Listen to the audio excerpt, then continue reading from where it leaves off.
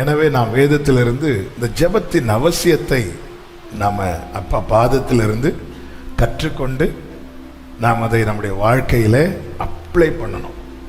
அதுக்கு தான் வேதத்தில் ஜெபத்தை குறித்து என்ன சொல்ல, எல்லாமே படிக்க முடியாது. பைபிள் கடல். அது மாத்திரமல்ல, இது ஜீவனாக இருக்குது. இன்னைக்கு ஒரு வசனத்தை நம்ம பார்த்து இன்னைக்கு அதிலிருந்து என்ன வெளிப்படணும் அது கர்த்தர் வெளிப்படுத்துவார். அதே வசனம் நாளைக்கு பார்க்கும்போது அதில் இன்னொரு மன்னா உள்ளே இருக்கும், இன்னொரு ஊற்று, இன்னொரு முத்து அதுக்குள்ளே இருக்கும். அதனால தான் பைபிள் இன்றும் பேசப்பட்டு கொண்டே இருக்கிறது. ஒவ்வொரு வாரம் வசனம் பேசும்போது நம்முடைய இருதயம் கொழுந்து விட்டு எரிய காரணம் இதில் ஜீவன் இருக்கிறதுனால. கர்த்தர் நம்மோடு கூட இடைபடுவாராக. ஆண்டவரிடத்துல இந்த எதிர்பார்ப்போடு இருக்கும். சீஷர்கள் இயேசுவினிடத்தில் கேட்டார்கள். லூக்கா 11:1 வாசியுங்கள். லூக்கா சுவிசேஷம் 11வது அதிகாரம் அதனுடைய 1வது வசனம். அவர் ஒரு இடத்தில் ஜெபம் பண்ணி முடிந்த பின்பு அவருடைய சீஷரில் ஒருவன் அவரை நோக்கி, அவர் ஜெபம் பண்ணி முடிந்த பின்பு அவருடைய சீஷரில் ஒருவன் அவரை நோக்கி, ஆண்டவரே, யோவான் தன் சீஷருக்கு ஜெபம் பண்ண போதித்தது போல நீரும் எங்களுக்கு போதிக்க வேண்டும். இயேசு ஜெபிக்கிறத பார்க்கறாங்க. சீஷர்கள் வெயிட் பண்ணிட்டு, சீஷர்கள் ஜெபிக்காதவங்க கிடையாது, சீஷர்களும் ஜெபிக்கிறவர்கள் தான். ஆனா இவங்க ஜெபம் பண்ணி முடிச்சிட்டு பார்த்தா இயேசு இன்னும் ஜெபத்தை முடிக்கல. இல்ல ஃபேமிலி பிரேயர்ல எல்லாம் சில ஜெபத்தை ஆரம்பிக்கும் போது மற்றவங்க எல்லாம் அப்படி கண்ணெல்லாம் திறந்து பார்ப்பாங்க. எதுக்குன்னா முடிக்கல. அப்பதான் கேட்குறாங்க, சீஷர்கள் கேட்குறாங்க, எங்களுக்கு போதிக்க வேண்டும் என்று கேட்டபோது இயேசு கிறிஸ்து போதித்தார். அப்போ அதன் அர்த்தம் என்ன? ஜெபத்தை குறித்து, எப்படி ஜெபிக்க வேண்டும் என்பதை குறித்து கண்டிப்பாக நாம் அறிந்திருக்க வேண்டியது அவசியம். இப்படி ஜெபித்தாதான் ஆண்டவர் கேட்பாரான்னு கிடையாது. ஆமே, ஒரு பிள்ளை தகப்பனிடத்துல தாயினிடத்துல பசிக்குதுன்னு அதை பேச ஆரம்பிக்கிறதுக்கு முன்னாடி அதால கேட்க முடியும். ஆமே, ஒரு பிள்ளை முதல்ல பசிக்குதுன்னு எப்படி கேட்கும்? அழுது, வேற எப்படியும் கேட்க தெரியாது. இல்ல நீ வாயை திறந்து சரியா தமிழ்ல அம்மா எனக்கு பசிக்குதுன்னு சொன்னாதான் நான் சோறு தருவேன் அப்படின்னு இல்லை. பிள்ளை அழுதுனாலே எதுக்கு தான் அழும்? ஐயோ நாளைக்கு ஹோம்ஒர்க் முடிக்கல, அப்படி எந்த பிள்ளையாவது அழுமா? இல்லை. இப்போ வளர வளர வளரதான் இல்ல. ஆமே, அப்போ ஜெபத்தை இப்படி பண்ணாதான் ஆண்டவர் கேட்பாருன்னு கிடையாது. ஆனா நாம் ஜெபத்தை அறிந்திருக்க வேண்டியது அவசியம். ஜெபிக்கிறவர்கள் இதை கண்டிப்பாக அறிந்திருக்க வேண்டியது அவசியம்.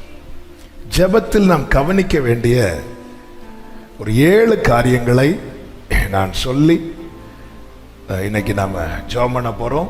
எல்லாம் டீட்டெயிலாக பேசுறதுக்கு டைம் இருக்காது. இன்னைக்கு நாம் ஒவ்வொரு நாள் ஒவ்வொரு காரியத்தை கர்த்தருக்கு சித்தமானால் நாம் தியானிக்கலாம். இன்னைக்கு நாம் இந்த ஜெபத்தில் கவனிக்க வேண்டிய விஷயங்கள். முதல் காரியம், மார்க் சுவிசேஷம் 1வது அதிகாரத்தின் 35வது வசனத்தை வாசியுங்கள். அவர் அதிகாலையில் இருட்டோடு எழுந்து புறப்பட்டு வனாந்தரமான ஓரிடத்திற்கு போய் அங்கே ஜெபம் பண்ணினார். சீமோனும் அவனும் அவர் ஒரு இடத்துல போய் ஜெபம் பண்றார். இருட்டோடு இருட்டா எழுந்து ஜெபிக்கிறதுக்குன்னு ஒரு இடத்துக்கு போறார். மார்க் சுவிசேஷம் 6:46 அப்படியே வாசிங்க. அவர் ஜனங்களை அனுப்பிவிட்ட பின்பு ஜெபம் பண்ணும்படி ஒரு மலையின் மேல் ஏறினார். சாயங்காலமான போது ஜெபம் பண்ணும்படிக்கு ஒரு மலையின் மேல் ஏறினார். ஜெபிக்கிறதுக்குன்னு ஒரு இடத்துக்கு போறார். ஆமென். ஜெபிக்கிறதுக்காகவே ஒரு இடத்துக்கு போறார். தானியேலின் புஸ்தகம் 6வது அதிகாரம் 10வது வசனம். தானியேலோ என்றால் அந்த பத்திரத்துக்கு கையெழுத்து வைக்கப்பட்டது என்று அறிந்த போதிலும் தன் வீட்டுக்குள்ளே போய் தன் மேல் அறையிலே எருசலேமுக்கு நேராக பலகணிகள் திறந்திருக்க அங்கே தான் முன்னே செய்து வந்தபடியே தினம் 3 வேளையும் தன் தேவனுக்கு முன்பாக முழங்காற்படியிட்டு ஜெபம் பண்ணி ஸ்தோத்திரம் செலுத்தினான். ஜெபிக்கிறதுக்குன்னு ஒரு இடத்துக்கு போறான். தேவன் எங்க இருந்து ஜெபம் பண்ணா கேட்பார். தேவன் எங்க இருந்து ஜெபம் பண்ணாலும் கேட்பார். ஆனால் இங்கே நாம் கவனிக்க வேண்டிய காரியம் என்ன அப்படின்னா, அவங்க ஜெபத்துக்கு முக்கியத்துவம் கொடுக்கறத பார்க்க முடியும். இயேசு கிறிஸ்து இருட்டா எழுந்துன்னா பக்கத்துல சீஷர்கள் படுத்திருக்கிறாங்க. அவர் அதற்கு முக்கியத்துவம் கொடுக்க அவர் எழும்பி போய் ஒரு இடத்தில், வனாந்திரமான ஒரு இடத்தில் போகிறார். இன்னொரு பிளேஸ்ல இயேசு இருக்கும்போது அங்கே ஜெபிக்கிறதுக்கு ஒரு இடத்தை பார்க்கிறார். பார்த்துட்டு அங்கே ஜெபிக்கிறதுக்கு ஒரு இடத்துல போறார். ஆமென். ஊர்ல இருந்தா நான் ஜெபம் பண்ணியிருப்பேன், இங்க வந்த அப்படி இல்லை. நம்முடைய வாழ்க்கை என்பது பரதேசியின் பிரயாணம் தான். இல்லை பரதேசின் வாழ்க்கை. எங்கே இருப்போம்? இங்கே இருப்போம். இப்போ சில ஃபாரின்ல வேலை பார்க்குறவங்க கொஞ்ச நாள் லீவுக்கு இங்கே இருப்பாங்க, அதுக்கப்புறம் அங்கே போயிடுவாங்க. ஊரில் இருந்தால் எனக்கு ஜெபிக்கிறதுக்குன்னு ஒரு ரூம், அதனால நான் ஊருக்கு வந்து மொத்தமாக அப்படி கிடையாது. நம்ம தேவன் எங்கே வைத்திருக்கிறாரோ அங்கே ஒரே ஒரு ரூம் தான் இருக்கும் வீட்டிலே. ஆனால் நான் இந்த இடத்துல உக்காந்தா மற்றவங்களுக்கு தெரியணும் இவன் ஜெபிக்க போறான். ஜெபத்துக்கு முக்கியத்துவம் கொடு. ஏதோ வந்த போனோம் இல்லை, இயேசு கிறிஸ்துவின் இடத்துல இது காண முடியும், கற்றுக்கொள்ள முடியும். எல்லாரும் இருக்க, எல்லாரையும் அப்புறப்படுத்துறார் பாருங்க. ஜெபத்துக்கு முக்கியத்துவம் கொடுக்க அவர் ஒரு இடத்துல போயிருந்து ஜெபம் பண்றார். அப்போஸ்தலனாகிய பவுல பார்த்தீங்கன்னா ஒவ்வொரு இடத்துல போய் ஊழியத்தை ஸ்தாபிப்பார். அடுத்த ஆண்டவர் ஆவியானவர் அவர் இன்னொரு இடத்துக்கு கொண்டு போவார். அப்ப நிலையான ஒரு இடத்துல அவர் இல்லை, ஒவ்வொரு இடத்துல போய் எவ்வளோ டிராவல் பண்ணிட்டார். இன்னைக்கு இருந்த மாதிரி வசதிகள் கிடையாது. அப்படி இல்லாமலேயே வசதிகள் இருக்கிறவர்கள் செய்த பிரயாணத்தை விட பவுல் செய்த பிரயாணம் என்பது அதிகம். அவர் எங்க போனாலும் அவர் முதல்ல எந்த இடத்தை தான் கண்டுபிடிப்பார்னா, ஜெபிக்கிறதற்கு ஒரு இடம் வேணும். ஜெபிக்கிறதுக்கு ஒரு இடம் வேணும். ஆமென். சரி, ஒரே ரூம் ஓகே. இந்த ஓரத்துல இருந்து நம்ம என்ன பண்ணலாம்? ஜெபம் பண்ணலாம். அப்போஸ்தலர் 16வது அதிகாரம் அதனுடைய 13வது வசனம். ஓய்வு நாளில் நாங்கள் பட்டணத்துக்கு வெளியே போய் ஆற்றின் அருகே வழக்கமாய் ஜெபம் பண்ணுகிற இடத்தில் உட்கார்ந்து அங்கே கூடி வந்த ஸ்திரீகளுக்கு உபதேசித்தோம். வழக்கமாய் ஒரு இடத்துல இருந்து ஜெபம் பண்றார், அங்க உட்கார்ந்து. ஆமென். ஆற்றின் அருகே, ஏன் அங்க அவருக்கு தனி ரூமு கிடையாது. இயேசு கிறிஸ்து பாருங்க, அவருக்கு தலை சாய்க்கிறதுக்கு இடம். எனக்கு மட்டும் பிரேயர் ரூம் இருந்திருந்தா ஜெபம் பண்ணவே மாட்டோம். ஆமே. அவர் பாருங்க வனாந்திரத்தில் ஒரு இடத்துல போய் உக்காந்துருந்து ஜெபம் பண்றார். ஆமே. எனக்கு வீட்டில் இருந்தா ஜெபமே. ஆமே. இருட்டோ எழுந்து அவர் பார்க்கிறார். பேதுரு இந்த சைடு எல்லாம். பேதுரு பின்ன தூங்குறதுக்கு சொல்லவே, நாளைக்கு கழுத்தை வெட்ட போறாங்கன்னு தெரிஞ்சும் சிறைச்சாலைக்குள்ள நம்ம அண்ணன் படுத்து தூங்கிட்டே இருக்கிறார். இயேசு பாருங்க அப்படியே எழுந்து போய் ஒரு இடத்துல போய் உட்காந்து ஜெபம் பண்றார். உட்காந்து தான் ஜெபம் பண்ணு சொல்ல, அந்த ஜெபத்துக்கு கொடுக்கிற முக்கியத்துவம். இது நான் ஜெபிக்கிற நேரம். அவருடைய ஜெபத்துக்கு யாரும் தொந்தரவு பண்ணக்கூடாது என்பதற்காக கூட இருந்தவங்களை அக்கறைக்கு போக துரிதப்படுத்தினார். பார்த்தீங்களா? ஏன்னா இது நான் தனி அவரோடு இருக்கிற நேரம். நம்ம மற்றவங்களை அப்புறப்படுத்த வேண்டாம். நம்ம ஜெப நேரத்தில் நம்ம போன் இருக்குல்ல, அதுதானாங்க நம்ம கூடவே இருக்கு. வாழ்விலும் தாழ்விலும் கூட. ஒரு நாளைக்கு நம்ம கை அதிகமா யாரை தொடுதுன்னா போனை தான். ஆமாவா இல்லையா? நம்ம கை பைபிளை தொட்டது அதிகமா, போனை தொட்டது அதிகமா? ஏன் சில நாங்க பைபிளே எங்க தான் வச்சிருக்கோம்? பைபிள் போன்ல இருக்கிறது நல்லது, ஆனா போன்ல பைபிள் மட்டும் கிடையாது. எல்லார் போன்லயும் பைபிள் இருக்கும். என் போன்ல நிறைய பைபிள் இருக்கு, ஆனா போன்ல பைபிள் மட்டும் கிடையாது. ஆனா இந்த பைபிள்ல வசனம் மட்டும்தான் இருக்கு. அதனால மன்னாவை எதுல தேடணும்? நம்ம அதுல தேடிட்டு இருந்தா அப்படி ஒரு மெசேஜ் வந்திருக்கும். Hi bro, good morning.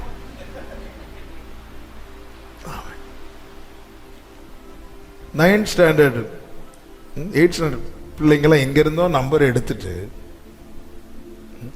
போன வாரமா ஹாய் ப்ரோ குட் மார்னிங்.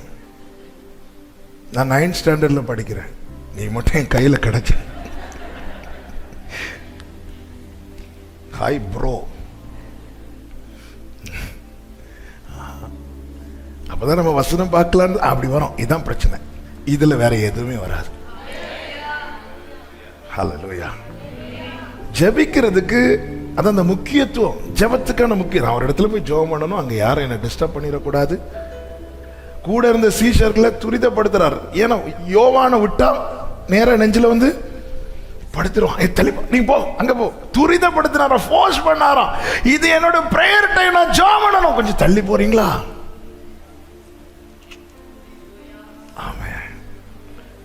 அப்ப காரணங்களை சொல்லி ஜெபிக்காமல் இருக்கவில்லை. ஏன் ஜெபிக்கலன்னு நமக்கு சொல்றதுக்கு 1000 காரணங்கள் உண்டு. சொந்தக்காரங்க வந்துட்டாங்க, அவங்க வந்துட்டாங்க, இவங்க வந்துட்டாங்க. இல்ல, இயேசுவை தேடுறதை விட யாருங்க நம்மளை தேட போறா? எவ்வளவு ஜனங்க அவரை தேடி. ஏன்னா அவரிடத்திலிருந்து நன்மையே அண்டி தீமை வரல. அவர் பேசினா அவ்வளவு நன்மை, அவர் பார்த்தாலே அற்புதம், அவருடைய வஸ்திரத்தை தொட்டாலே அற்புதம். ராத்திரி பகல காத்து கிடக்குறாங்க அவருக்காக. ஆனாலும் அவர் ஜெபத்துக்கு முக்கியத்துவம் கொடுக்கிறார். ஒரு தேவ பிள்ளை ஜெபத்துக்கு முக்கியத்துவம் கொடுக்கணும். இரண்டாவதாக ஜெபத்தில் கவனிக்க வேண்டிய விஷயம் என்ன அப்படின்னா, யாரிடத்துல கேட்கிறோம் என்கிற கவனம் ரொம்ப தேவை. யாரிடத்துல கேட்கிறோம்? நம்ம ஆண்டவருக்கு ஒரு பெயர் இருக்கிறது. அவருடைய வல்லமையை வைத்தும், அவருடைய கிரியைகளை வைத்தும், அவருடைய சுபாவத்தை வைத்தும் வேதத்தில் பல வார்த்தைகளை சொல்லி ஆண்டவரை அழைப்பது உண்டு. கிருபை நிறைந்தவர், உண்மை உள்ளவர், நீதி உள்ளவர். அப்படி அவருக்கு கொடுக்கப்பட்ட ஒரு பெயர் தான் சங்கீதக்காரன் சொல்லுகிறான், ஜெபத்தை கேட்கிறவரே. அப்படி சொல்ல காரணம் என்ன? காரணம் ஒன்றுதான், அவனுடைய ஜெபத்தை கர்த்தர் கேட்டிருக்கிறார். நான் ஆராதிக்கிற தேவன் ஜெபத்தை கேட்கிறவர். அந்த நிச்சயம் உள்ளவர்கள் மாத்திரம் கைகளை உயர்த்தி ஆமென் சொல்லுங்க பார்க்கலாம். ஏசாயா 38:5 ஆண்டவர் சொல்லுகிறார், விண்ணப்பத்தை கேட்டேன் என்று. விண்ணப்பத்தை கேட்டேன். யாத்திராகமம் 3:7 கர்த்தர் சொல்லுகிறார், கூக்குரலை கேட்டேன். கூக்குரலை கேட்கிறேன். இந்த வழியில கூக்குரல் இடுற அந்த சத்தம் கேட்கிறாராம். யாத்திராகமம் 2:24 சொல்லப்பட்டிருக்கிறது, பெருமூச்சின் சத்தத்தை கேட்டாராம். பெருமூச்சு. ஆமென். சத்தம் போட்டு அழுதா கூட நமக்கு சிலருக்கு கேட்காது. ஆனா இந்த அழுது முடிந்துட்டு வரக்கூடிய அது கூட கேட்கிறாராம். கூக்குரலை கேட்டும் அவர் பதில் கொடுத்திருக்கிறார். விண்ணப்பத்தை கேட்டு பதில் கொடுத்திருக்கிறார். பெருமூச்சை கேட்டு பதில் கொடுத்திருக்கிறார். அழுகையின் சத்தத்தை கேட்டு பதில் கொடுத்திருக்கிறார். கருத்தாய் ஜெபித்த எலியாவின் ஜெபத்தை கேட்டு பதில் கொடுத்திருக்கிறார். ஏன் தெரியுமா? அவர் ஜெபத்தை கேட்கிறவர். யாரிடத்துல கேட்கணும்? யார் ஜெபத்தை கேட்கிறாரோ அவரிடத்துல தான் கேட்கணும். நான் ஜெபிக்கிறேன், யார்கிட்ட ஜெபம் பண்றேன்? என் விண்ணப்பத்தையும் அவர் கேட்பார், என் கூக்குரலையும் அவர் கேட்பார், என் பெருமூச்சையும் அவர் கேட்பார். அதனாலதான் தாவீது சொல்லுகிறார் 18வது சங்கீதத்திலே 6வது வசனத்தை வாசிங்க. 18:6.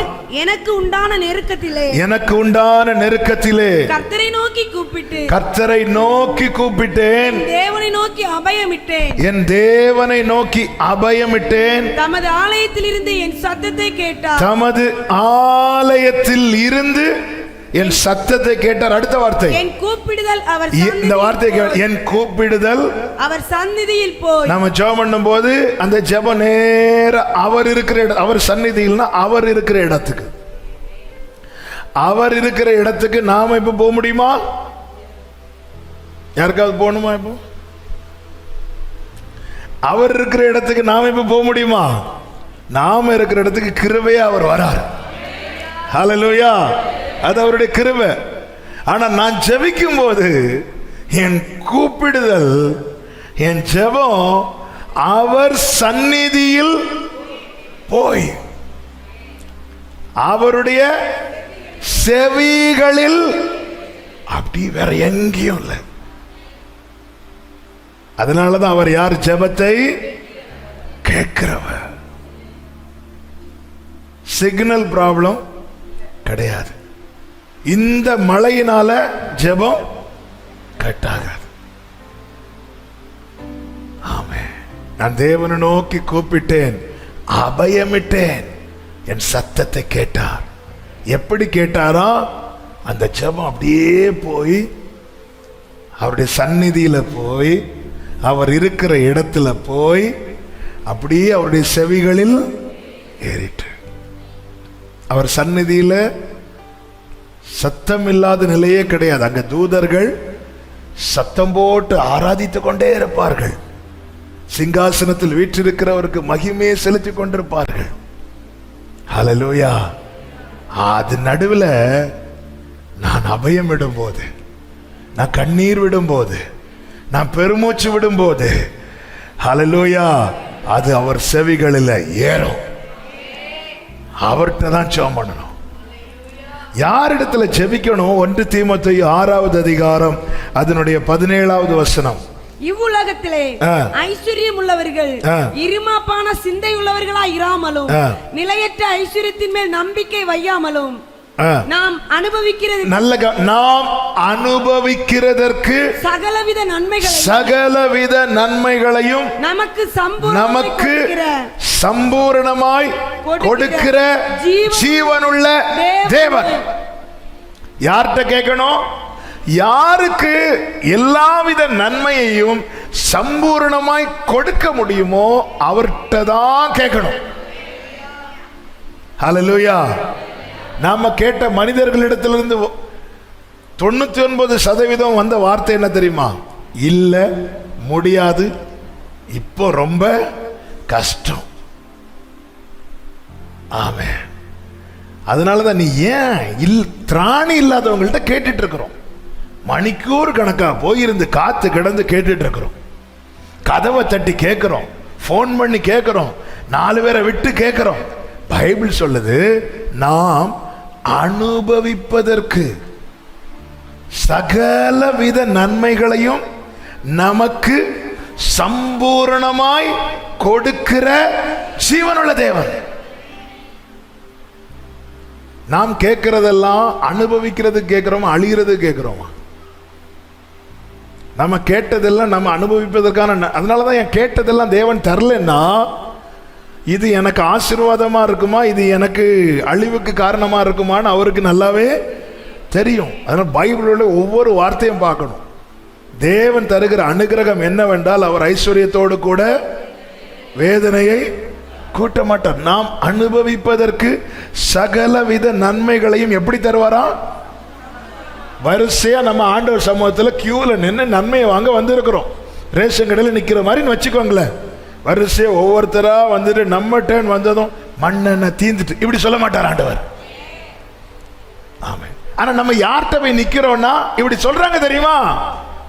அவங்க கிட்ட போய் நிக்கிறோம். நேத்து வந்திருக்க கூடாதா? நீங்க போன மாசம் இதை கேட்டிருக்க கூடாதா? இப்படி சொல்ல மாட்டா. அதனாலதான் ஆண்டவர் சொன்ன, என்னை நோக்கி கூப்பிடு. இப்படி எரேமியாவிட்ட சொல்றதுக்கு முன்னாடி தம்மை அறிமுகப்படுத்தி விட்டு சொல்லுகிறார். எப்படி அறிமுகப்படுத்துகிறார்? இதை செய்கிறவரும், இதை உருவேற்படுத்துகிறவரும், இதை திடப்படுத்துகிறவருமான யெகோவா என்னும் நாமம் உள்ளவர் சொல்லுகிறது என்னவென்றால், யெகோவா என்னும் நாமத்தை குறித்து நமக்கு தெரியும். இருக்கிறவராகவே இருக்கிறேன். ஆபிரகாமுக்கு எப்படி இருந்தானோ, ஆபிரகாமுக்கு நான் செய்யும் போது எப்படி இருந்தேனோ இன்னைக்கும் நான் அப்படிதான் இருக்கிறேன். அதன் அர்த்தம் என்ன? உன் வாழ்க்கையிலும் இல்லாதவைகளை இருக்கிறதை போல என்னால வரவழைக்க முடியும். அவர்கிட்ட தான் கேட்கணும். எனவேதான் யாக்கோபு 1வது அதிகாரம் அதனுடைய 4-5 வசனங்களை வாசிங்கள். யாக்கோபு நிருபம் 1வது அதிகாரத்தின் 4-5 வசனங்கள்.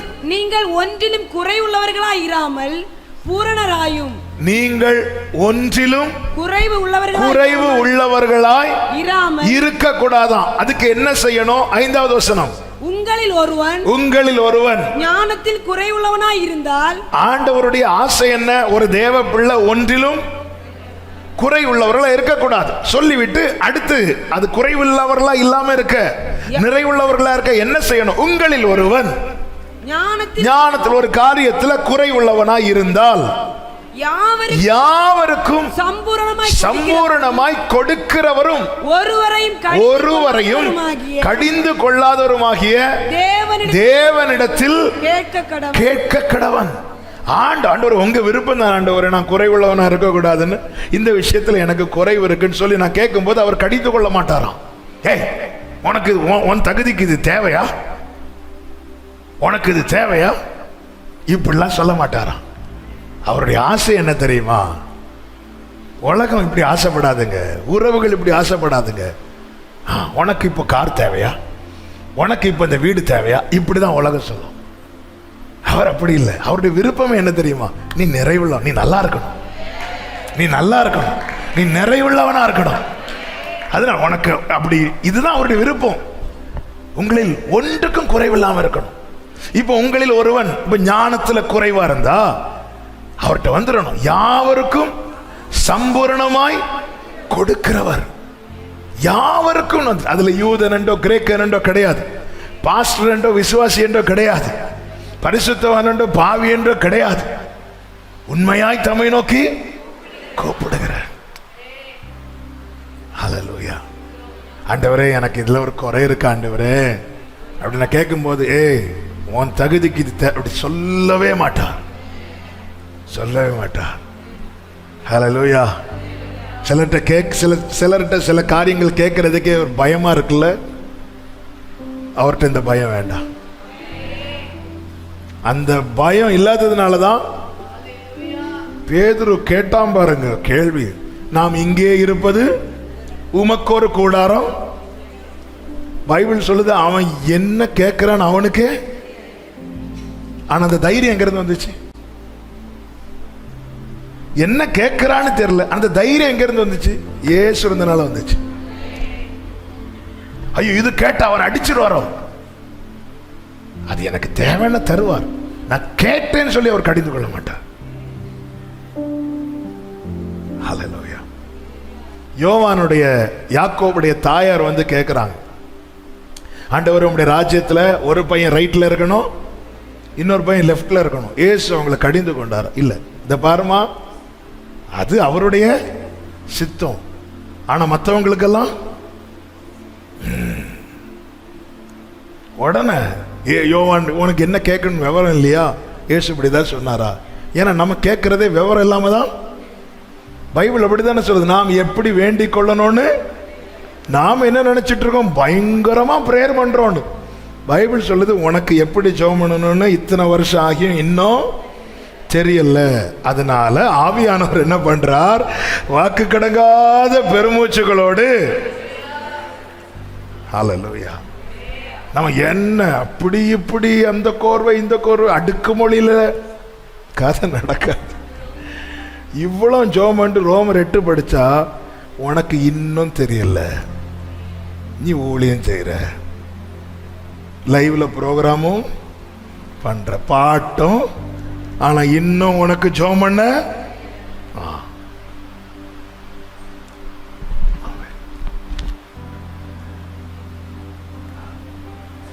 எதுக்கு இதை சொல்றேன்னா, ஐயோ நான் இப்படி ஜெபம் பண்ணாலும் எனக்கு கடிந்து கொள்வார், எனக்கு ஜெபம் பண்ண தெரியலன்னு சொல்லிட்டு அவர் கடிந்து கொண்டிருப்பார்னா, ஒருத்தங்க கிட்ட நம்ம ஒண்ணு கேட்க போறோம், அவங்க மட்டும் கடினமா பேசி நம்ம கிட்ட போனை வச்சுட்டாங்கன்னா அதுக்கப்புறம் அவங்க கிட்ட கேட்போமா? இன்னைக்கு நம்ம அவர் சமூகத்தில் வந்து நிக்க காரணம் என்ன தெரியுமா? ஒருவரையும் கடிந்து கொள்ளாதவர். ஹல்லேலூயா, ஹல்லேலூயா. அவர்கிட்ட கேட்கணுமா? அப்படி கேட்க கடவன், அப்பொழுது அவனுக்கு கொடுக்கப்படும். ஏன் கொடுக்கிறார்? அவருடைய ஆசை என்ன? என் புள்ள குறைவுள்ளவனா இருக்கக்கூடாது. இந்த முதல் நாள்லயே உங்க வாழ்க்கையில எது எது குறைவா இருக்கிறது? அதை நீங்க உங்க டயர்ல எழுதி வச்சு அதை தேவ சமூகத்தில் சொல்லி கேளுங்க. கேட்க பைபிள் சொல்லுதுல கேளுன்னு, கேளுன்னு இருக்குல்ல, கேட்க கடவன். ஏன்னா அந்த 4வது வசனத்தை திருப்பி வாசிங்க. யாக்கோபு 1:4. நீங்கள் ஒன்றிலும் குறைவு உள்ளவர்களாய் இராமல் நிறைவுள்ளவர்களாயும் பூரணராயும் இருக்கும்படிக்கு பொறுமையானது பூரண கிரியை செய்ய கடவுள். அப்ப ஆண்டவருடைய ஆசை இது. அவருடைய இருதயத்தின் எண்ணங்கள் தான் வேதமாய் எழுதி நம் கையில் கொடுக்கப்பட்டிருக்கிறது. ஆமா, ஆண்டவர் நான் இந்த விஷயத்துல குறைவா இருக்கிறேன், அதனால தான் நம்ம ஜெபம் பண்ணணும். ஜெபத்துல இருக்கிற குறை மாறணும். பழைய மாதிரி ஜெபம் பண்ண முடியல, அதிக நேரம் ஜெபம் பண்ண முடியல, ஊக்கமா ஜெபம் பண்ண முடியல, பாரத்தை உள்வாங்கி ஜெபம் பண்ண, சும்மா ஜெபம் பண்ண முடியாது. பார்க்கறதுக்கு வேணா அப்படி இப்படி மூஞ்செல்லாம் இப்படி வைக்கலாமே தவிர அப்படிலாம் ஜெபம் பண்ண முடியாது. ஜெபம் பண்ணணும்னா கிருபையின் ஆவி ஊற்றப்படணும், விண்ணப்பத்தின் ஆவி ஊற்றப்படணும். அதுக்காக தான் ஆண்டவரிடத்துல கேட்டோம். ஹல்லேலூயா. இது இங்கிருந்து மிரட்டி கண்ணமடு ஜெபம் பண்ணு அழு அப்படிலாம் அழ முடியாது. அப்படிலாம் அதை அவர் ஊற்றணும். ஹல்லேலூயா. கர்த்தர் ஊற்றுவாராக. கர்த்தர் ஊற்றி விட்டார். ஆமென். அப்ப கேட்கணும், யாரிடத்துல கேட்கணுங்கிற தெளிவு இருக்கணும். நான் இவர்கிட்ட கேட்க போறேன், ஏன் நான் ஆண்டவர்கிட்ட கேட்கிறேன்னா அவர் யாவருக்கும் சம்பூர்ணமா. அப்ப என்கிட்ட ஒரு குறை இருக்குது, ஏன்னா ஞானத்தில் குறைவுள்ளவனா இருக்கிறேன். அப்பா எனக்கு ஞானத்தை தாங்கன்னு கேட்டா ஆண்டவர் எனக்கு எப்படி தருவாரா? ஞானத்தோடு கூட. ஞானத்தை கேட்ட ஒரு ஆளை சொல்லுங்க.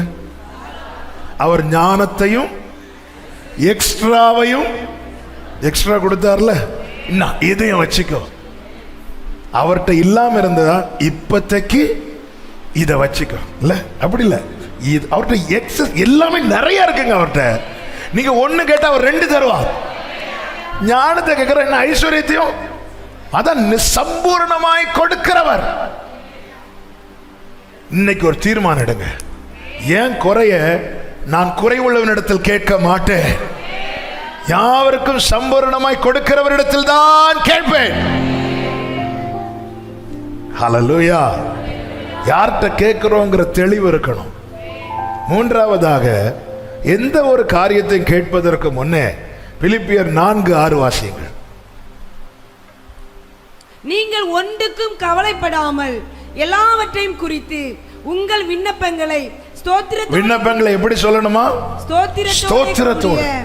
ஸ்தோத்திரத்தோடு. அதை நான் இப்படி சொல்ல விரும்புகிறேன். நாம கேட்டு பெற்றுக்கொள்வதற்கு முன்னமே, அல்லது கேட்டு பெற்றுக்கொள்வதற்கு முன்னே பெற்றுக்கொண்டதற்கு ஸ்தோத்திரம் செலுத்துவது அவசியம். ஒரு காரியத்தை பெற்றுக்கொள்ள வந்திருக்கிறோம், கேட்டு பெற்றுக்கொள்வதற்கு முன்னே இதுவரை பெற்றுக்கொண்டோம் அல்லவா, அதனாலதான் அவர்கிட்ட ஜெபம் பண்ண வந்திருக்கிறோம். ஏன் நம்ம ஜெபம் பண்ண வந்திருக்கோம்? நம்ம ஜெபத்தை இதுக்கு முன்னாடி கேட்டிருக்கிறா. எல்லா ஜெபத்தையும் கேட்டாரா? எல்லாத்துக்கும் பதில் வந்துச்சானா? இல்ல, யாருக்குமே எல்லா ஜெபத்துக்கும் பதில் வராது. ஏன்னா அவர் ஒரு நாளும் அப்பத்துக்கு பதில் கல்லை தரமாட்டார். நாம கேட்கறது நிறைய, கொஞ்சம் அப்போ நிறைய. என்னுடைய ஜெபத்தில் 80% பதில் கிடைத்தது, 20% பதில் கிடைக்கலன்னா நான் 80% அப்பம் கேட்டேன், 20% கல்லை கேட்டேன். என் ஜெபத்தில் 50%, 10 விண்ணப்பத்தில் 5க்கு பதில் கிடைச்சது, 5 பதில் கிடைக்கலன்னா நான் கேட்ட 5 அப்பம் கேட்டிருக்கிறேன், 5 கல்லு கேட்டிருக்கிறேன்.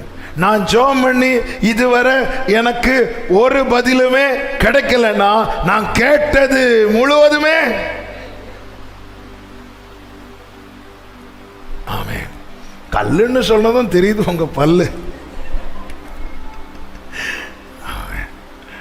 இல்ல, நான் இவ்வளோ கேட்டேன். ஹல்லேலூயா. ஆமென். அவர் நல்லவர், நல்ல தகப்பன். ஹல்லேலூயா.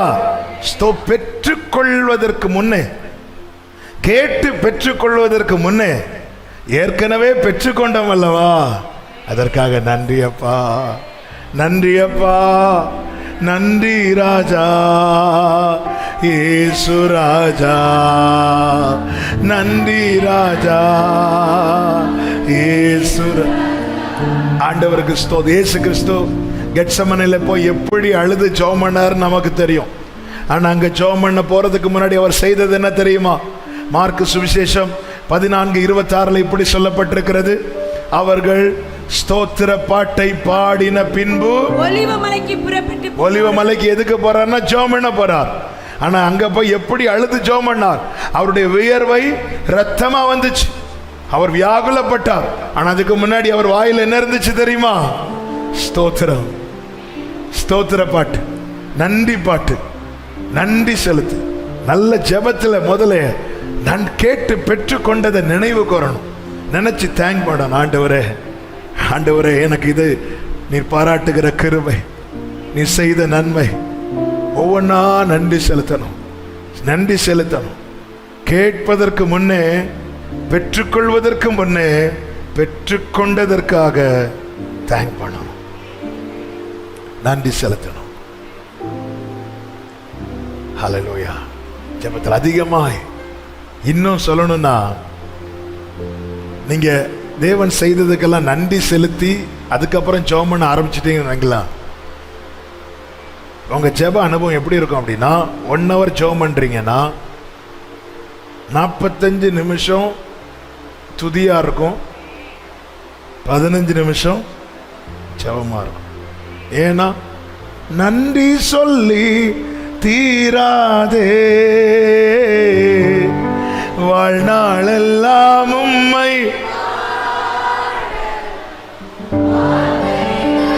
நம்ம ஜெபத்துல நாம கேட்கிறத விட நாம செலுத்துறது நிறைய இருக்கணும். தாவீதுனுடைய ஜெபத்தை பாருங்கள். 119வது சங்கீதத்துல அந்த வசனத்தை பார்த்த வாசிங்க சிஸ்டர். 119 7 தரம் துதிக்கிறேன்னு சொல்லுவார். 164 119 164 உமது நீதி நியாயங்களின் நிமித்தம், உமது நீதி நியாயங்களின் நிமித்தம் ஒரு நாளில் 7 தரம் 7 தரம் உம்மை துதிக்கிறேன், உம்மை துதிக்கிறேன், துதிக்கிறேன். எத்தனை தடவை? 7. எல்லாரும் சொல்லுங்க 7. இனி அப்படி 55வது சங்கீதம் 17வது வசனம். அந்தி சந்தி அந்தி சந்தி மத்தியான வேளைகளில் நான் தியானம் பண்ணி முறையிடுவேன். எத்தனை தடவை இங்க சொல்லி இருக்கிறார்? ஜெபம் பண்றது எத்தனை தடவை? 3. அங்க 7. 7 + 3 எத்தனை? 10. 10ல எத்தனை சதவீதம் துதி, எத்தனை சதவீதம் ஜெபம்? 100ல வாங்க. எத்தனை சதவீதம் துதி, எத்தனை சதவீதம் ஜெபம்? 70% துதி, 30% ஜெபம். ஆமென். ஹல்லேலூயா. ஏன்னா பைபிள் சொல்லுது நன்றி அறிதல் உள்ளவர்களாயிருங்கள். நன்றி அறிதல். நீங்க 2 சாமுவேல் 7 எடுத்து வாசிக்க வேண்டிய டைம் இல்லை. நீங்க படிச்சீங்கன்னா தாவீது ஒவ்வொன்றா சொல்லி சொல்லி, நான் ஏமாத்துறோம், என் வீடு ஏமாத்துறோம், இப்படி சொல்லி, ஆண்டவரே வெகு தூரத்து செய்தியை சொன்னீங்க, ஆண்டவரே நீங்க அடியானை குறித்து சொன்னீங்க, நீர் என்ன மேன்மையான சந்ததி மனுஷனா பார்த்தீர், இதெல்லாம் சொல்லிட்டு கடைசியில் ஒரு விண்ணப்பம் பண்ணுவார்.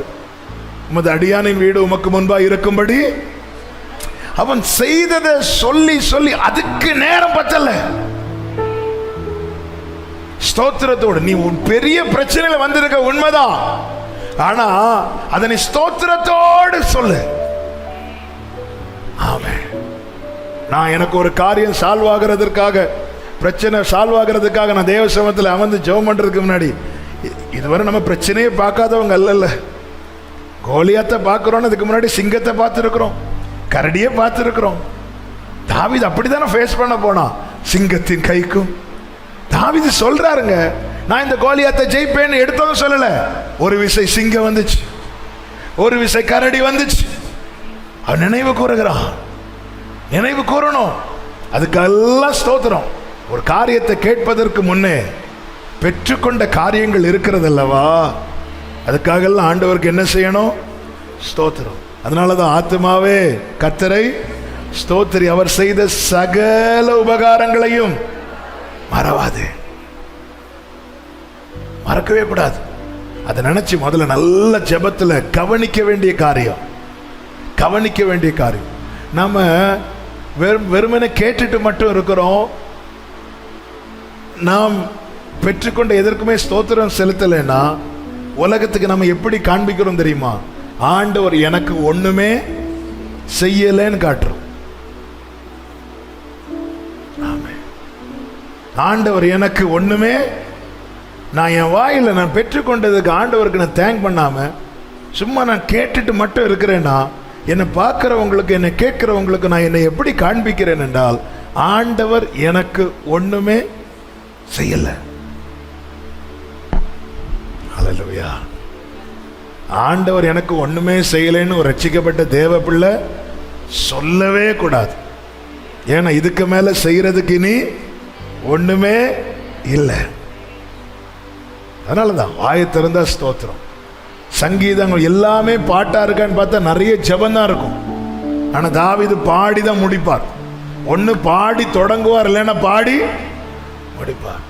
ஜெபிக்கிறதுக்கு முன்னும் ஜெபித்த பிறகும் தேவனை ஸ்தோத்தரிப்பது அவசியம். ஜெபிக்கிறதுக்கு முன்னாடி எதற்காக ஸ்தோத்தரிக்கணும்? பெற்று கொண்டதற்காக. ஜெபித்த பிறகு எதற்காக ஸ்தோத்தரிக்கணும்? இந்த ஜெபத்துக்கு தேவன் பதில் தர. இதுதான் நம்பிக்கை. ஹல்லேலூயா. இதுதான் ஆண்டவர் மேல இப்படி நம்பிக்கை இருக்கணும். 1 யோவான் 5வது அதிகாரம் 15வது வசனத்தை வாசிங்க. நாம் எதை கேட்டாலும் அவர் நமக்கு செவி கொடுக்கிறார் என்று நாம் அறிந்திருந்தோமானால் அவரிடத்தில் நாம் கேட்டவைகளை பெற்றுக்கொள்வோம் என்றல்ல, பெற்றுக்கொண்டோம். நான் கேட்டாச்சு, எனக்கு கிடைச்சாச்சு. ஹல்லேலூயா. பெற்றுக்கொண்டோம் என்று அறிந்திருக்கிறோம். ஜெபிக்கிறதுக்கு முன்னும் ஜெபிக்கிறதுக்கு பின்னும் ஸ்தோத்திரம் பண்ணுதல் அவசியம். தானியேல் ஜெபம் பண்ணி ஸ்தோத்தரித்தான். பவுலும் சீலாவும் ஜெபம் பண்ணி துதித்து பாடினார்கள். எனக்கு கிடைச்சாச்சு, விடுதலை கிடைச்சாச்சு, எனவே பாடினாங்க. ஆனா பாடினதுக்கு அப்புறம் தான் விடுதலையே அவங்க விசுவாசத்துல பார்த்துட்டாங்க. விடுதலைய, இந்த கட்டுகள் உடையறத விசுவாச கண்கள்ல பார்த்துட்டாங்க. பார்த்ததுனால துதிக்க ஆரம்பிக்கிறாங்க. விசுவாச கண்கள்ல முதல்ல பார்க்கணும். அப்படி பார்த்துட்டோம்னாலே அடுத்து நம்முடைய மாம்ச கண்கள்ல பார்ப்போம். மோசே நாட்களில் நடத்தப்பட்ட இஸ்ரவேல் ஜனங்கள் சிவந்த சமுத்திரம் 2ஆக பிளக்கிறதை முதல்ல மாம்ச கண்கள்ல பார்த்தாங்க, அதுக்கப்புறம் துதிச்சாங்க.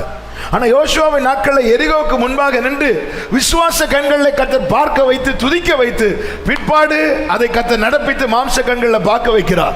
இந்த ஆகஸ்ட் ஜெபத்துல அநேக காரியங்களை நீங்கள் உங்கள் விசுவாச கண்களை பார்க்க போறீங்க. அது கர்த்தர் குறித்த நாள் உங்க மாம்ச கண்களும் காணும்படி செய்வார். ஹல்லேலூயா. ஆமென். அதுக்காக ஸ்தோத்திரம், ஸ்தோத்திரம். 4வதாக ஜெபத்துல கவனிக்க வேண்டிய காரியம், ஒரு காரியத்தை கேட்கறதுக்கு முன்னாடி உங்க காரியத்தை எல்லாம் சொல்லணும். முதல்ல நம்ம தேவையை மட்டும் கேட்கிறோம். நமக்கு என்ன விண்ணப்பம் இருக்குதோ அதை மட்டும் ஜெபத்தில் வைக்க கூடாது. அந்த காரியம் என்னத்துக்கு தேவை, நீங்க எந்த சிச்சுவேஷன்ல டிராவல், இதெல்லாம் தெரியப்படுத்துங்கள். அதான் பைபிள்ல இருக்கு. நீங்க ஸ்தோத்திரத்துடன் கூடிய ஜெபத்தினாலும் வேண்டுதலால் தேவனுக்கு தெரியப்படுத்துங்க. இயேசு கிறிஸ்து ஜெபிக்க சொல்லி கொடுக்கும் போது அந்த வசனத்தை வாசியுங்கள். லூக்கா 11:6. லூக்கா 11வது அதிகாரம் 6வது வசனம். என் சிநேகிதன் ஒருவன், இப்ப சிநேகிதன் வீட்டுல போய் பாதிராத்திரில கதவை தட்டுகிறான். தட்டி என்ன வேணும், அவனுக்கு 3 அப்பம் வேணும். அவன் கதவை தட்டி ஆண்டவரே 3 அப்பம் தாங்க, இப்படி கேட்கறதுக்கு தான் உண்டு. ஆனா அப்படி கேட்காம அவர் அவருடைய காரியத்தை முதல்ல தெரியப்படுத்துகிறார். என் சிநேகிதன் ஒருவன் வழி பிரயாணமாய் என்னிடத்தில் வந்திருக்கிறான், அவன் முன் வைக்கிறதற்கு என்னிடத்தில் ஒன்றுமே இல்லை. அதுக்கப்புறம் தான் தன் தேவையை சொல்றான்.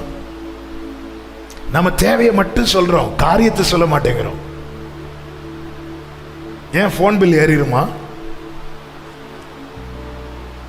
யார் யார்கிட்டலாமோ என்னெல்லாமோ பேசுறோமே. ஆண்டவர்கிட்ட விஷயத்தை சொல்லுங்க. உங்க பிள்ளை குறித்து என் பிள்ளைக்கு ஒரு விடுதலை வேணும். ஓகே, எதுக்கு விடுதலை வேணும்? ஒரு வாலிப பையனை ஒரு தகப்பன் இயேசுவின் இடத்துல கொண்டு வந்தான். இயேசு ஜெபிக்க போயிட்டார் மலையில, சீஷர்கள் இடத்துல கொண்டு போகிறான். சீஷர்களால் கூடாம போயிட்டு உடனே இயேசு வரும்போது இயேசுவின் இடத்துல எனக்கு என் பையனுக்கு சுகந்தாங்க அப்படி கேட்கல, தெளிவா சொல்லுகிறான். மார்க்கு சுவிசேஷம் 9வது அதிகாரம் 17-18 வாசிங்க. அப்பொழுது ஜனக்கூட்டத்தில் ஒருவன் அவரை நோக்கி, போதகரே, ஊமையான ஒரு ஆவி பிடித்த என் மகனை உம்மிடத்தில் கொண்டு வந்தேன்.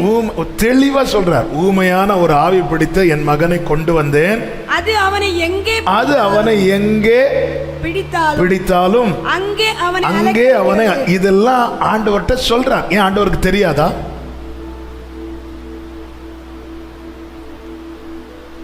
ஆண்டவர் உங்களுக்கு தான் எல்லாமே தெரியுமே. ஆமென். நம்ம எல்லாம் ஷார்ட்டா சொல்லி முடிப்போம். ஆண்டவரே உமக்கு 1 கோடி ஸ்தோத்திரம். நம்ம சொன்னது எத்தனை ஸ்தோத்திரம்?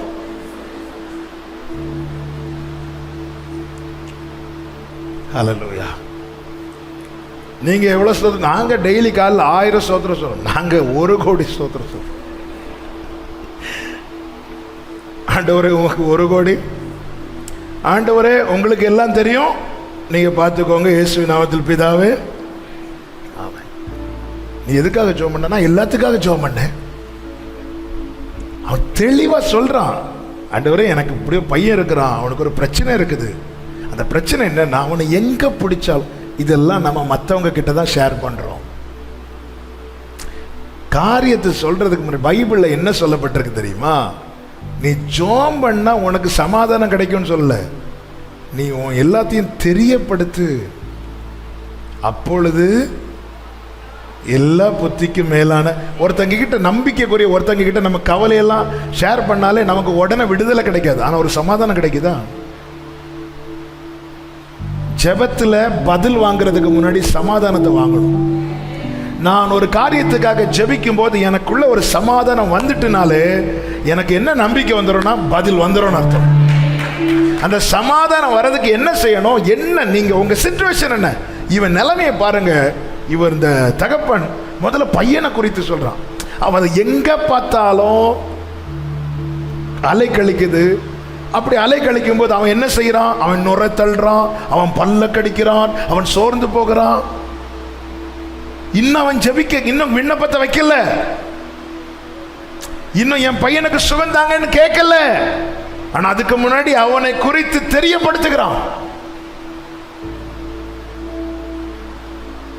உடனே இயேசு கேட்கிறார். அடுத்த வசனத்தை வாசிங்க. அவர் பிரதித்திரமாக, விசுவாசம் இல்லாத சன்னதியே. அதுக்கு முந்தின வசனம் வாசித்தீங்களா? இது எத்தனை காலம்? 17.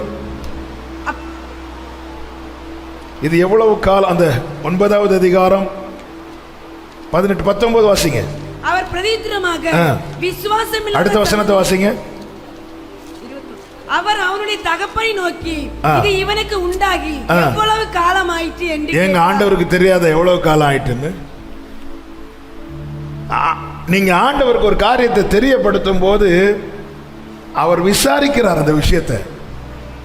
அவர் உங்களை விசாரிக்க, என் விஷயத்தை ஒருத்தங்க விசாரிச்சாலே எனக்கு பாதி கவலை போயிருமே.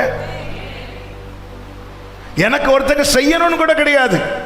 என்னமா உன் பிரச்சனை, என்ன பிரச்சனை, இப்படி ஒருத்தங்க விசாரிச்சாலே என் பாதி கவலை போயிருமே. எவ்வளவு காலமா இதாச்சு? ஏன் ஆண்டவருக்கு தெரியாதா? ஏன்னா அவன் தெரியப்படுத்துகிறான். அவர் வெயிட் பண்ணி டீட்டெயிலாக அவன்கிட்ட பேசி எவ்வளோ காலம் ஆச்சு. அவன் சொல்ல, சின்ன வயசுலேருந்து இப்படி ஆச்சு ஆண்டவரே. உடனே ஆண்டவர் சொல்லுகிறார் அவன்கிட்ட, இங்கே பாருப்பா, விசுவாசித்தால் எல்லாரும், விசுவாசிக்கிறவனுக்கு கூடும் சொல்லும் போது இப்போ உடனே ஆண்டவர்கிட்ட விண்ணப்பத்தை வைக்கல. இப்பொழுது அவன் தன்னுடைய நிலையை தெரிவிக்கிறான். என்ன தெரிவிக்கிறான்னா, விசுவாசிக்கிற ஆண்டவரே, ஆகிலும் என் அவிசுவாசம். அதான் தெரியப்படுத்தணும். நீங்க என்ன அந்த உண்மையில நீங்க ஜெபம் பண்ணும்போது உங்க விசுவாச நம்ம அதெல்லாம் தெரியப்படுத்தின, ஒருவேளை ஆண்டவர் தரமாட்டாரோ? இல்ல, தெரியப்படுத்தாததுனாலதான் நிறைய காரியத்துக்கு பதில்.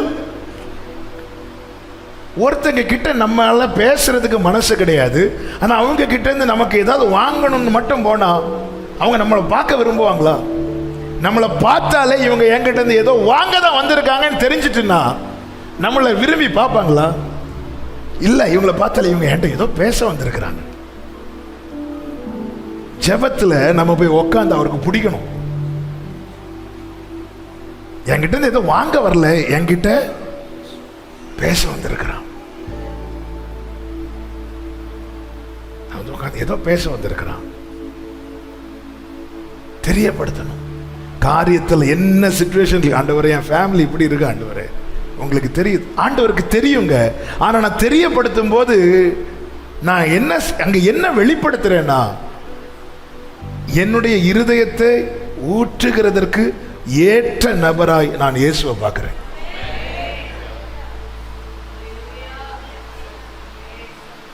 இவ்வளவுதான். என் வேதனையை கொட்டுறதுக்கு ஏற்ற இடமாக தேவ சமூகத்தையும் ஏற்ற நபராக நான் இயேசுவையும் பார்க்கிறேன். ஆண்டவரே இப்படி இருக்க ஆண்டவரே, இந்த நன்மை எனக்கு ரொம்ப நல்ல தடையா இருக்கு ஆண்டவரே, எனக்கு இதை வச்சு இந்த காரியம் செய்யணும்னு இருக்கிற ஆண்டவரே. ஆண்டவர் கேட்பாருங்க அது காரியத்துக்கு. இப்ப சாலமோன் எப்படி கேட்டார் பாருங்க, ஞானத்தை எப்படி கேட்டார். எடுத்தது எனக்கு ஞானம் கொடுங்க என கேட்டார். 1 ராஜாக்கள் 3வது அதிகாரம் 7வது வசனத்தை வாசிங்க. இப்போ என் தேவனாகிய கர்த்தாவே, ஒரு சில நிமிடங்கள் கூட பொறுத்து கொள்ளுங்கள். நீங்க பொறுத்துதான் ஆகணும். வெளியே செய்தி முடியும் போது அது ஆட்டோமேட்டிக்கா நிற்கும், அதுக்கப்புறம் போகலாம். கர்த்தர் உங்களை ஆசீர்வதிப்பாராங்க.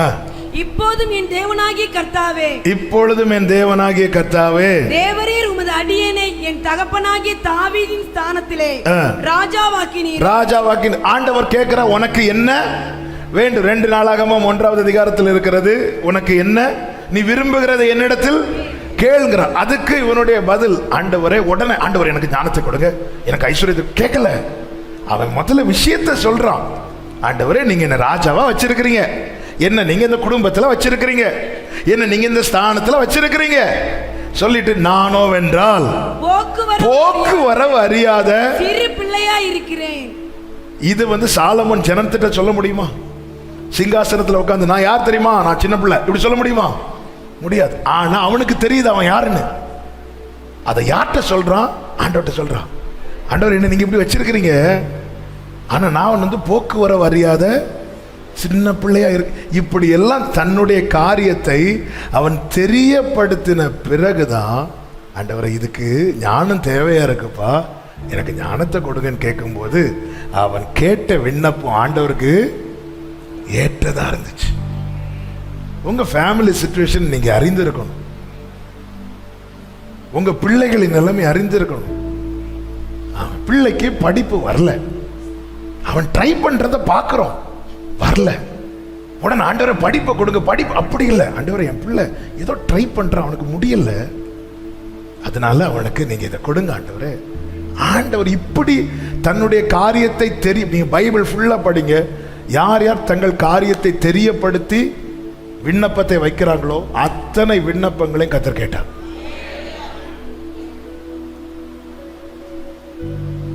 நம்மள எடுத்தோம், ஆண்டவரே எனக்கு தாங்கப்பா தாங்கப்பா தாங்கப்பா. எதுக்கு வேணும் அதை சொல்லு. ஆண்டவரே எனக்கு பணம் தாங்க. எதுக்கு பணம் வேணும்? ஆண்டவரே இப்படி கடன் பிரச்சனை இருக்கு, ஆண்டவரே இந்த பிரச்சனை இருக்குப்பா, நாளைக்கு லோன் கட்ட வேண்டி இருக்குது. இதெல்லாம் ஆண்டவர்கிட்ட சொல்றோம். அங்க இல்ல, ஆண்டவர் சில வார்த்தையை அழுத்தி பேச வைக்கிறார்னாலே நம்ம இந்த காரியத்துல ரொம்ப கிருபாசனத்தண்டில நெருங்கி வர வச்சிருக்கிறார், பிள்ளையாக்கி இருக்கிறார், சிநேகிதன் என்று அழைத்திருக்கிறார், தோக்கி தோல்ல வச்சிருக்கிறார். ஆண்டவரே தோல்ல இருக்கிறோம் நாம. ஜெபம் இறங்கி தள்ளி போய் நின்று ஆண்டவரே இப்படியா பேச, தோல்ல இருந்தே பேசுங்க. தோல்ல இருந்து, அப்பா இவ்வளோ பிரச்சனை இருக்குப்பா எனக்கு, அப்பா பையனுக்கு வயசாகுது, பிள்ளைக்கு வயசாகுது, 4 பேர் கேட்க ஆரம்பிக்க. இதெல்லாம் நம்ம ஜெபத்தில் வச்சிருக்கிறோமா? இல்லை, கேட்குறாங்கப்பா. அது கேட்கும் போது எனக்கு கஷ்டமா இருக்குப்பா. நான் நம்புறேன் உங்களை, ஆனாலும் என் இப்படி ஓப்பனா பேசுங்கிறார் ஆண்டவர். எங்க பாருப்பா, என் வீட்டில் ஒருத்தன் வந்திருக்கிறான், அவனுக்கு கொடுக்கறதுக்கு என்கிட்ட அப்போ இல்லை. நீங்க இப்படி பேசுனா நீங்க டைம் எல்லாம் செட் பண்ணவே தேவையில்லை.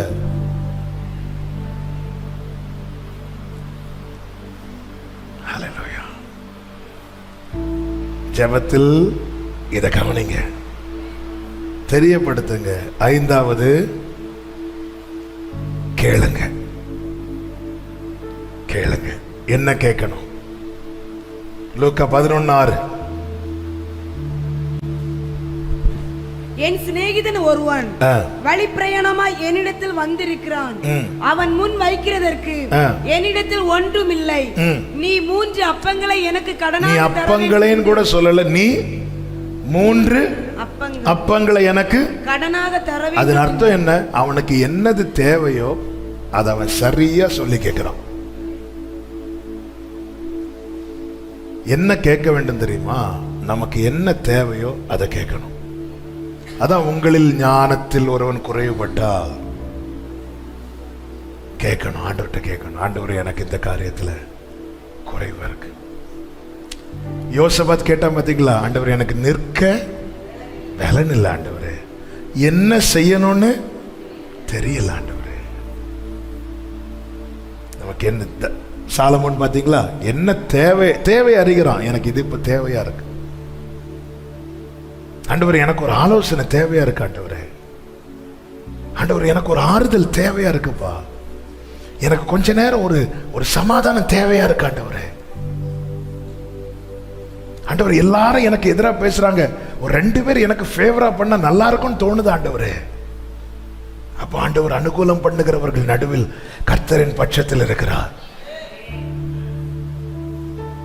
என்ன தேவை உங்களுக்கு அதை சொல்லுங்க. நான் சொல்லிதான் அவருக்கு தெரியணும் இல்ல, ஆனா ஜெபத்துல நான் அதை சொல்லி ஆகணும், சொல்லணும். சீஷர்கள் அதான் கேட்டாங்க.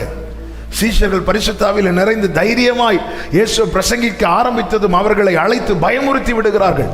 பயமுறுத்தி விட்டதும் அவங்க தேவ சமூகத்துல போய் கர்த்தருடைய சமூகத்தை நோக்கி சத்தமிட்டு கூப்பிட்டு ஆண்டவரை பார்த்து கேட்கிறாங்க.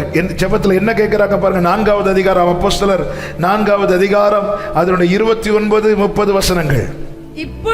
இப்பொழுதும் கர்த்தாவே அவர்கள் பயமுறுத்தலை தேவரீர் கவனித்து உம்முடைய பரிசுத்த பிள்ளையாகிய இயேசுவின் நாமத்தினாலே அடையாளங்கள் அற்புதங்களை நடக்கும்படி செய்து பிணியாளிகளை குணமாக்கும்படி உம்முடைய கரத்தை நீட்டி உம்முடைய ஊழியக்காரர் உம்முடைய வசனத்தை முழு தைரியத்தோடு. அவங்க என்ன கேட்கிறாங்க? ஆண்டவரே எனக்கு பயமா இருக்கு ஆண்டவரே, எனக்கு தைரியத்தை கொடுங்க ஆண்டவரேன்னு கேட்கிறாங்க. ஆண்டவர் வசனத்தை கொடுத்துட்டார், அற்புத அடையாளங்களை நடத்துகிற கிருபை வரங்களை கொடுத்து விட்டார். ஆனா இதை பேசுறதுக்கும் செய்யறதுக்கும் அவங்க கிட்ட என்ன இல்லை? தைரியம் இல்லை. நமக்குள்ள விசுவாசத்தை துவக்கி விட்டார், ஆனா அதை அப்ளை பண்றதுக்கு நம்ம கிட்ட என்ன இல்லை? தைரியம் இல்லை. நம்ம கிட்ட என்ன இல்லை? விசுவாசம் இருக்கு. இந்த மலையை பார்த்து பயந்து போன்னு சொன்னா அது பயந்து போகணும். விசுவாசம் இருக்கு, ஆனா அதை சொல்றதுக்கு என்ன இல்லை? தைரியம் இல்லை. ஆண்டவர் சமூகத்தில் ஒப்புவித்தால் அவர் அந்நாள் வரை காத்துக்கொள்வாருங்கிற விசுவாசம் இருக்கு, ஆனா கொடுக்கிறதுக்கு என்ன இல்லை?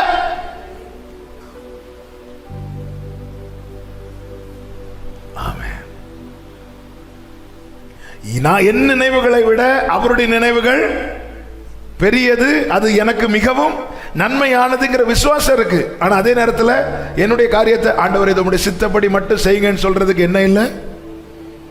தைரியம் இல்லை. ஏன்னா சொந்தக்காரங்களுக்கு பதில் சொல்லணுமே. ஆமே ஆண்டவர் இதை இப்படி மட்டும் செஞ்சுட்டு கல்யாண கார்டுல இந்த காரியம் நம்ம கிட்ட என்ன இல்லை? ஆண்டவர் இந்த வசனத்துக்கு கீழ்ப்படியணுங்கிற தெரியுதுப்பா, ஆனா என்னால அது தைரியம் இல்லை. அவங்க கேட்கிறாங்க. அவங்க கேட்டதும் கர்த்தர் என்ன செய்தார்? 31வது வசனம். அவர்கள் ஜெபம் பண்ணின போது அவர்கள் கூடியிருந்த இடம் அசைந்தது.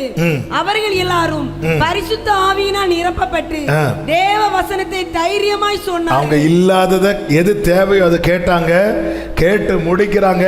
கர்த்தர் அதை கொடுக்கிறார், அது அவர்களில் வெளிப்படுகிறது. ஆமென் சொல்லுங்க பார்க்கலாம். கேட்கணும். அதோடு கூட எப்படி கேட்க வேண்டும்? யோவான் 14:14 இயேசுவின் நாமத்தில் கேட்கணும். எந்த ஒரு ஜெபம்னாலும் சரி, பரலோக பிதா ஏற்றுக்கொள்ளணும்னா எந்த நாமத்தில் மட்டும் கேட்கணும்? ஆண்டவர் சொல்லுகிற என் நாமத்தினாலே நீங்கள் எதை கேட்டாலும் அதை நான் செய்வேன். இயேசு கிறிஸ்துவின் நாமத்தை. அதனாலதான் நம்ம எல்லா ஜெபத்தையும் பண்ணிட்டு ஜெபத்தை எப்படி முடிக்கிறோம்? இயேசுவின் நாமத்திலே ஜெபிக்கிறோம். அந்த நாமத்தில் அவ்வளோ வல்லமை இருக்கிறது. அந்த நாமத்தில் கேட்கும் போது அந்த காரியம் பரலோகம் ஏற்றுக்கொள்ளுகிறது. பரலோக பிதா அதுக்கு நோ சொல்லவே மாட்டார். நாம இயேசுவின் நாமத்தில் ஜெபிக்கணும். அதோடு கூட எப்படி ஜெபிக்கணும்னா சித்தத்துக்கு உட்பட்டு ஜெபிக்கணும். அந்த குஷ்டரோகி என்ன தேவை? சுகம் தேவை. அப்போ அவன் எனக்கு எப்படியாவது சுகந்தாங்கன்னு கேட்கல, உமக்கு சித்தமானால். அவ்வளவுதான். நம்மை குறித்து தேவன் ஒரு பாதையை நியமித்திருப்பாருங்க. ஆமென். மோசையை கொண்டு அத்தனை அடையாளங்களை செய்தார். ஆனால் மோசே திக்கி திக்கி பேசணுங்கிறது தேவ சித்தமா இருந்துச்சு, அப்படியே விட்டார். மோசைக்கு ஆரம்பத்தில் அது புரியாததுனால அதை கம்ப்ளைண்டா வைத்தான். பிற்பாடு அது புரிந்ததுனால எத்தனை இடங்களில் கர்த்தர் சொல்ற, என் கண்ணில் உனக்கு கிருபை கிடைச்சது மோசே. மோசே ஆண்டவரை இனியாவது எனக்கு இந்த நாவை ஒன்று தொட்டிங்கன்னா கேட்டாரா மோசே? இல்லை. ஏன்? அது சித்தம் இப்படி இருக்கிறது தான் தேவ சித்தம் என்பதை அறிந்து கொண்டதும் அதன் பிறகு கேட்கல. அதன் பிறகு அவன் என்ன கேட்கிறான்? உங்களுடைய மகிமைய. அதான் சித்த ஆண்டவரே இது உமக்கு. அதான் இயேசு கிறிஸ்து. இயேசு கிறிஸ்து விருப்பம் என்ன? கூட இருக்கிறவங்களை விட்டுட்டு போக அவருக்கு மனசு இல்லை. பேதுரு, யோவான், யாக்கோபெல்லாம் இயேசுவை எப்படி நேசித்தாங்கன்னு தெரியாது. ஆனால் இயேசு உண்மையா நேசித்தார். அவ்வளோ நேசித்தார். அதனால தாங்க காலை கழுவினார். இந்த மனசெல்லாம் அதான் அன்புதான் சகலத்தையும் தாங்கும். இல்லைன்னா செய்ய முடியாது. ஆமாம், செய்யலாம். ஃபோட்டோ எடுத்து போடுறதுக்கு வேணாம், செய்யலாம். ஃபோட்டோ எடுக்கிறத விட காலை கழுவும், ஃபோட்டோ எடுத்ததும் காலை. ஆமாம். அவருக்கு அந்த நேசம், அன்பு எல்லாத்தையும் விட பெரியது. அதனால அவருக்கு இவங்களெல்லாம் விட்டுட்டு போறது. ஏன்னா இனி இவங்க ஓட்டத்தை முடிச்சுட்டு வரணும். அவருக்கு தாங்க முடியல பிள்ளைங்களை விட்டுட்டு போறது. மற்றபடி அவருக்கு அது ஆணி குத்துறதோ இதெல்லாம் அவருக்கு ஒரு விஷயம் கிடையாது. அவருக்கு எது தாங்கிட மாட்டார்? இந்த உறவு துண்டிக்கப்படுறத, பிதாவோடு உள்ள உறவு துண்டிக்கப்படுறது அவரால் தாங்க முடியாது. பேதுருவோடு உள்ள உறவு துண்டிக்கப்படுறது அவரால் தாங்க முடியாது. இதாங்க அன்பு. அன்பின் ஊற்றே இயேசுதான். அதனாலதான் பேதுருவை அவ்வளோ கஷ்டப்பட்டு அவன் மறுதளிச்சிட்டு இருக்கிறான். பேதுருவை திரும்பி பார்த்தாராம். ஏன்னா விட்டா இதுக்கு மேலேயும் அவன் பேசிடுவான். அப்படியே திரும்பி பார்த்து, போதுண்டா இரு வரேன். ஆமே, அந்த உறவு. அதனால கேட்கிறான், இந்த பாத்திரம் என்னை விட்டு நீங்க கொடுமானால் நீங்கபடி செய்யும் என்று அவர் அழுத்தி கேட்டிருப்பார்னா நிச்சயமா நீங்க செய்திருப்பார். ஏன்? குமாரன் கேட்க பிதா மறுக்க மாட்டார். ஆனால் அவர் எப்படி கேட்டார்? என் சித்தப்படி அல்ல, உங்க சித்தப்படி.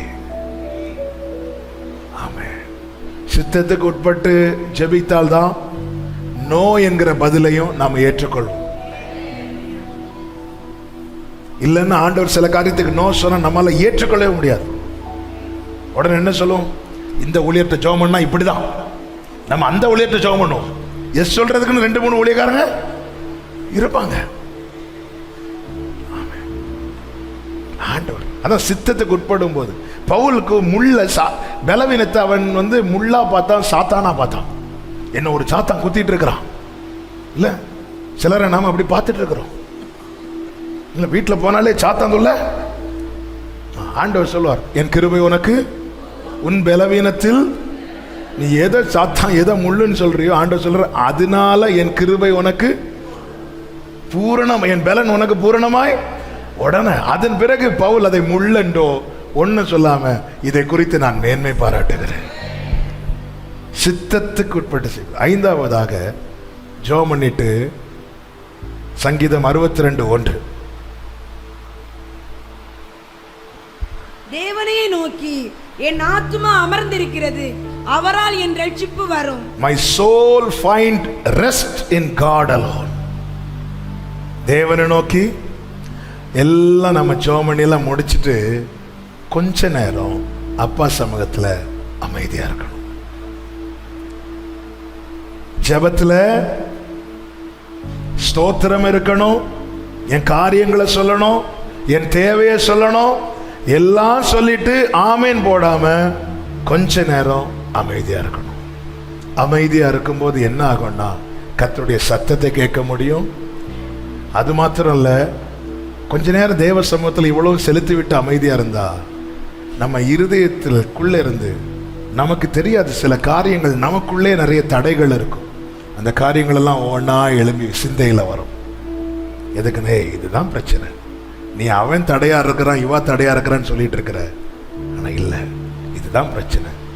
எதுக்கு? அப்போ இந்த காரியங்கள் வரும்போது ஆண்டவரே இதை என்னை விட்டு அகற்றுங்க.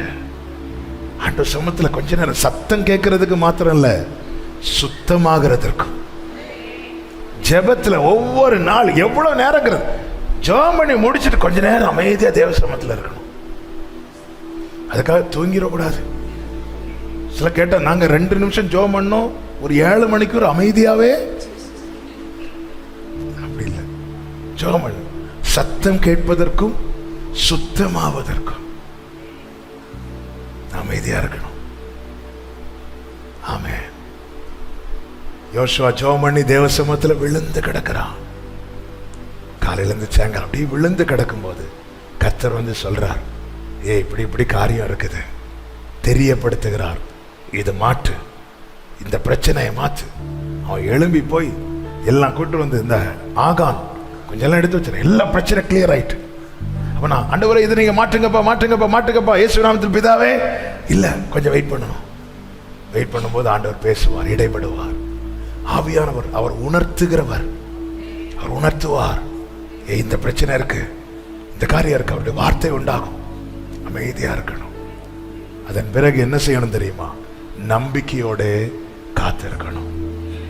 ஜெபம் பண்ணி முடிச்சாச்சா? அதன் பிறகு நம்பிக்கையோட, 7வது நம்பிக்கையோட காத்துக்கொள்ள வேண்டும், காத்திருக்க வேண்டும். கர்த்தர் செய்வார். சங்கீதம் 57:2 எனக்காக யாவையும் செய்து முடிக்க போகிற தேவனாகிய உன்னதமான தேவனை நோக்கி கூப்பிடுவேன். சங்கீதம் 138:8 கர்த்தர் எனக்காக யாவையும். முதல்ல சொன்னது ஜெபம், இப்ப சொன்னது விசுவாசம். ஜெபத்தில் இது தேவை. கர்த்தர் இந்த அனுபவத்தில் நாம் ஒவ்வொருவரையும் நடத்துவாராக. எல்லாரும் அப்படியே கண்களை மூடி இருக்கிற இடத்துல 2 நிமிஷம் முழங்கால் படிட்டு நான் ஜெபித்து முடிக்க போகிறோம்.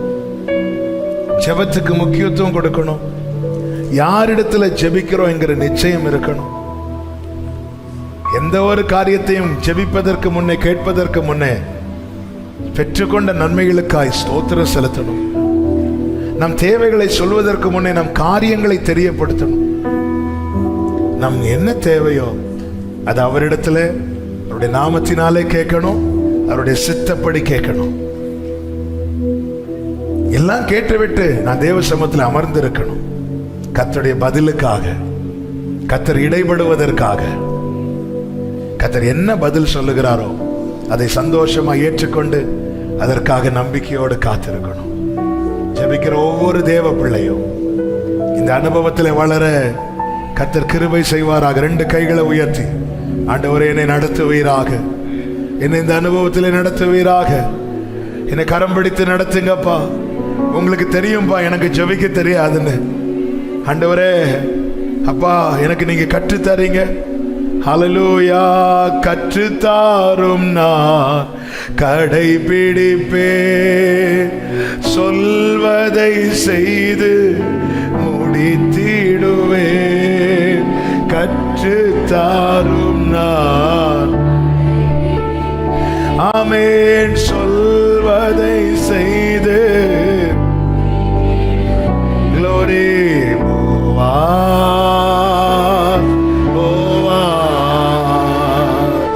ஓர்வையால் என்னை ஓர்மையா இசையா, உம் அன்பினால் என்னை. ஆண்டவர்கிட்ட கேட்கணும், ஆண்டவரே இந்த அனுபவத்தில் என் ஜெப வாழ்க்கை, இந்த நல்ல அனுபவம், வேதம் காண்பிக்கிற இந்த அனுபவத்துக்கு நேராய் நடத்தப்படுவதாக. ஆவியானவரே எனக்கு உதவி செய்வீராக. நீங்க எங்களை இப்படி நடத்த உம்முடைய ஜெபாவி எங்கள் மத்தியிலே ஊற்றுவீராகப்பா, ஊற்றுவீராக. உம்முடைய வல்லமையுள்ள கரங்களை தாழ்த்துகிறோம் ஆண்டவரை. தொடர்ந்து உள்ள ஒவ்வொரு நாளும் உங்க சமூகத்தில் வந்து அமர்ந்திருந்து ஜெபிக்க கற்றுக்கொள்ள, கை கொள்ள எங்களுக்கு உதவி செய்யும். ஒவ்வொருவரையும் ஆட்கொள்ளும், ஆசீர்வதியும். இயேசு கிறிஸ்துவின் நாமத்தில் பிதாவே, ஆமென். சேர்ந்து சொல்லும், என் ஆத்துமாவே கர்த்தரை ஸ்தோத்திரி, முழு உள்ளமே அவருடைய பரிசுத்த நாமத்தை ஸ்தோத்திரி. என் ஆத்துமாவே கர்த்தரை ஸ்தோத்திரி, கர்த்தர் செய்த சகல உபகாரங்களை மறவாதே. ஆமென், ஆமென். ஹல்லேலூயா. God bless you. கர்த்தர் உங்களை ஆசீர்வதிப்பார்.